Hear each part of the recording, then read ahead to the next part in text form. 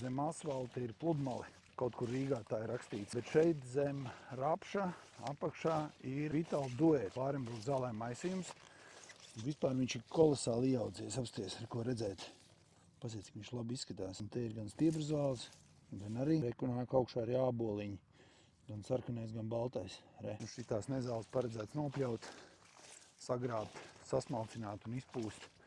Tepat uz lauka redzēs, kas no tā viss sanāk. Pašam man neliekas tā labā ideja, bet šajā saimniecībā ir laba pieredze. Viņi prot zālā izaudzēt, tā kā paļausimies uz viņiem.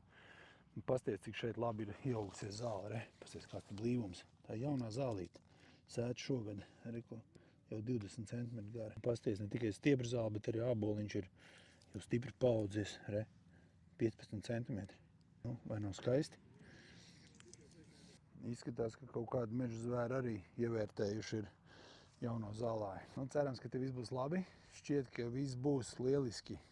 Jātiek tikai galā ar šitām nezālēm. Ieaugšanās apstākļi kopumā ir labi.